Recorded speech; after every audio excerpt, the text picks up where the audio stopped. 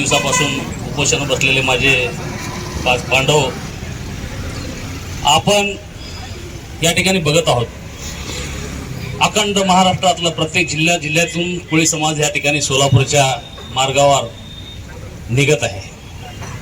लवकरच जर उपोषणाचा हा संपला नाही तर अख्खा महाराष्ट्र सोलापूर जिल्हा सोलापूर शहरामध्ये आल्याशिवाय राहणार नाही. कारण गेल्या कित्येक दिवसापासून फक्त व्हॉट्सअप फेसबुकवर ही माहिती गेल्यानंतर आत्ता कुठं जिल्ह्यातून काही मोजके तोजके समाज बांधव या ठिकाणी येऊन भेट घेत आहेत.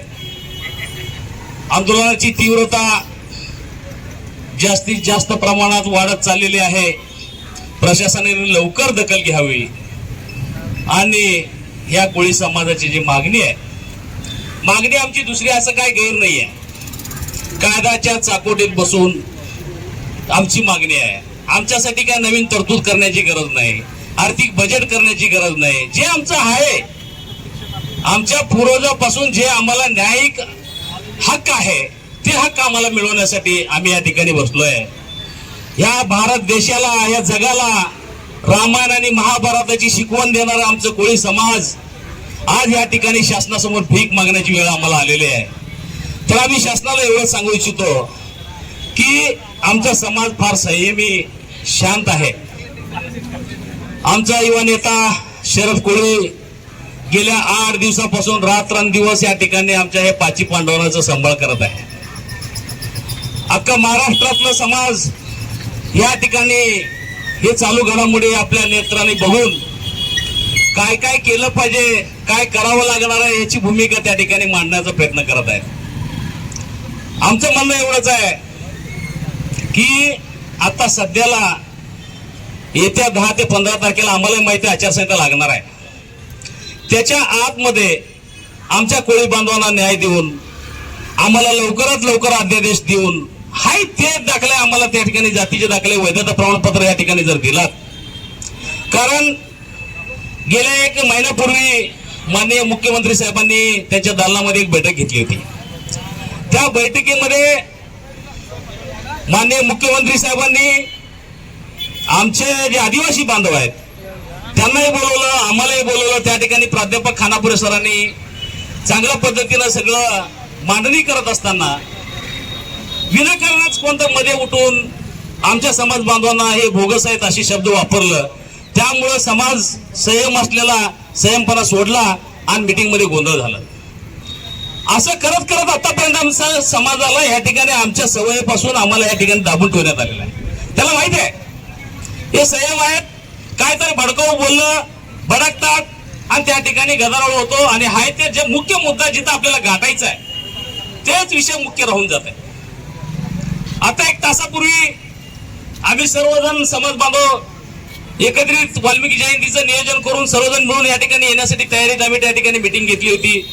गणेश भैया यांच्या नेतृत्वाखाली मिटिंग चालू होती. अचानकच व्हॉट्सअपवर मेसेज आला की या ठिकाणी उपोषणाच्या ठिकाणी गोंधळ चालू आहे. आम्ही आहे ती मिटिंग ताबडतोब आटोपून या ठिकाणी आम्ही सगळे धावून आलो. म्हणणं आमचं एवढंच आहे बांधवांनो, इथं कोणचं पक्ष, कोणची संघटना ह्याला काही थारा नाही, महत्व नाही आहे. इथं समाजाला महत्व दिलं गेलेलं आहे. या ठिकाणी आम्ही गेल्या 3 दिवसापूर्वी हे जे महाराष्ट्रामध्ये चालू घडामोडी आहेत, जागोजागी आंदोलन चालू आहे, रास्ता रोको चालू आहे, आमरण उपोषण चालू आहे, जलसमाधी चालू आहे, या सर्व गोष्टीचा पूर्ण ड्राफ्ट तयार करून या महाराष्ट्राचे जे प्रभारी माननीय केंद्रीय मंत्री भूपेंद्रसिंह यादव साहेबांची भेट घेतली. सागर बंगल्यावर माननीय उपमुख्यमंत्री फडणवीस साहेबांच्या बंगल्यात त्यांची आम्ही भेट घेतली. त्या ठिकाणी आम्ही सांगितलं की साहेब, महाराष्ट्र राज्यामध्ये जवळजवळ 1.25 कोटी आदिवासी कोळी बांधव आहे. त्या 1.25 कोटी आदिवासी बांधवांमध्ये 80 ते 90 लाख कोळी बांधव अजूनपर्यंत जातीचे दाखले, जातीचे वैधता प्रमाणपत्रापासून वंचित आहेत. त्यांना त्या ठिकाणी दाखले मिळत नाहीत आणि राहिलेले उर्वरित जे 20, 25, 30 लाख समाज बांधव आहे तेच पूर्णपणे सवलती घेतात.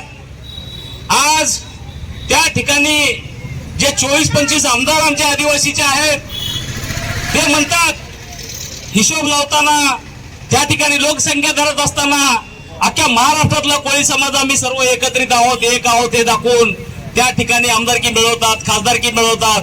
जेव्हा सवलती देण्याची वेळ येते, आमच्या मुलांना, आमच्या भावांना, आमच्या बांधवांना ज्या वेळेला जातीचा दाखला पाहिजे, नोकरी मिळवण्यासाठी वैधता प्रमाणपत्र पाहिजे, त्यावेळेला मात्र हे लोक बोगस आहेत असे शब्द वापरतात.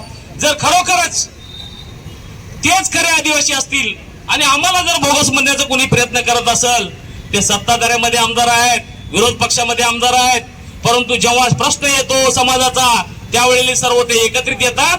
तर त्यांची संख्याबळ आणि आमची संख्याबळ 90 लाख त्या ठिकाणी 1.25 कोटीतून वजा करा आणि राहिलेले जे काही लोकसंख्या आहे त्याच्या आधारावर आमदारकी फायनल करा, त्याच्या आधारावर खासदारकी फायनल करा. मग कळेल आदिवासी खातं कुणाकडे राहतं, आदिवासीचा फंड कशा पद्धतीने वापरला जातो. माननीय खानापुरे सरांनी या ठिकाणी त्या आदिवासी लोकांना चॅलेंज दिलेलं आहे. जर अशा प्रकारे जर तुम्ही आम्हाला विरोध करत राहिला, त्या गेल्या 30 ते 40 वर्षाचा आदिवासीचा फंड तुम्ही जे पूर्ण गबाड हाणून बसलेला आहे, ते पूर्ण व्याजासकट आम्ही तुम्हाला तुमच्याकडनं घेतल्याशिवाय राहणार नाही असं खानापुरे सरांनी चॅलेंज केलं. कागदपत्रासकट आपण त्या ठिकाणी लढाई करतोय.